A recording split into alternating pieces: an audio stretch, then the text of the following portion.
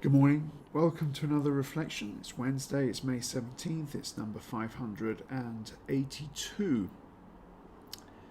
When you read Judges 9, you suddenly see this carnage of violence that springs out from the page. Abimelech, who has become king, goes around, he's fighting wars, he's killing people who stand against him.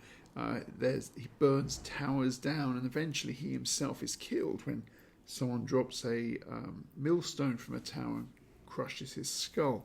There's a lot of violence within Judges 9, which comes from literally nowhere. We've ended the story of Gideon, and then we have this period of violence with Abimelech.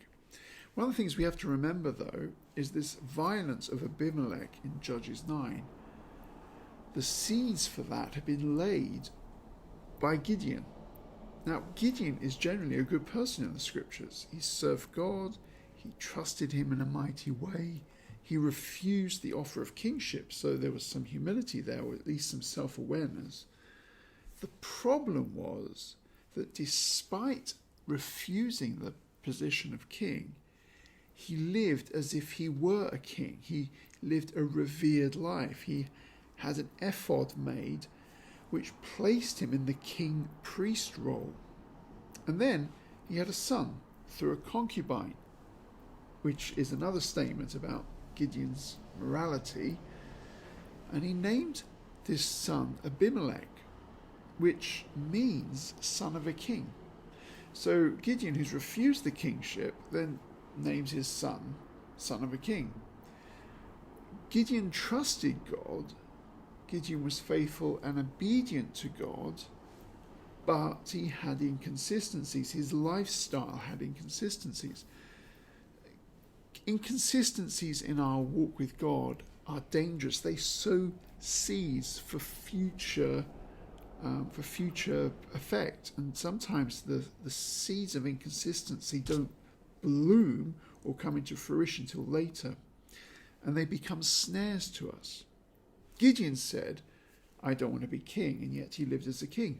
This bred confusion, especially for Abimelech, who sees his father saying, I don't want to be king, but he lived as a king, and he's named son of a king. So Abimelech, as he gets older, goes and kills his 70 brothers in order to claim the kingship. Now, the one brother that Abimelech couldn't kill, or did fail to kill, was Jotham. And Jotham gives this prophecy in Judges 9, which he stands on Mount Gerizim and proclaims this prophecy about the trees, where the trees are looking for a king, and they turn to a fruit tree, and he says, no, I don't want to give up my fruit, and turns to a fig tree, I don't want to give up my figs, and so forth. Now, in this prophecy, the trees giving up the kingship, saying, I don't want the kingship, is Gideon in that prophecy. But then the trees turn to the bramble, the thorn bush, and offer him the kingship. Now, the thorn bush represents Abimelech, and he says yes. But the prophecy also says that one day the trees will not want the thorn bush to be king, and fire will come out to burn everything. It's a very dark prophecy. And it relates to exactly what happens to Abimelech. The events of Abimelech's life are lived out by this prophetic word. Charles Simeon says something very profound. He said, worthless men desire the honours which the wise and good decline. Then he went on to say, study rather to be good than great. The church does not need great men and women. We need good men and women. And the way that we get there is by not allowing our inconsistencies to be a snare to us in life, that we deal with the inconsistencies in our life, as Gideon should have, because his inconsistencies bred and laid the path for what happened with Abimelech. May God bless you today. May his face shine upon you. May you know the love of Christ in your life. In Jesus' name, amen.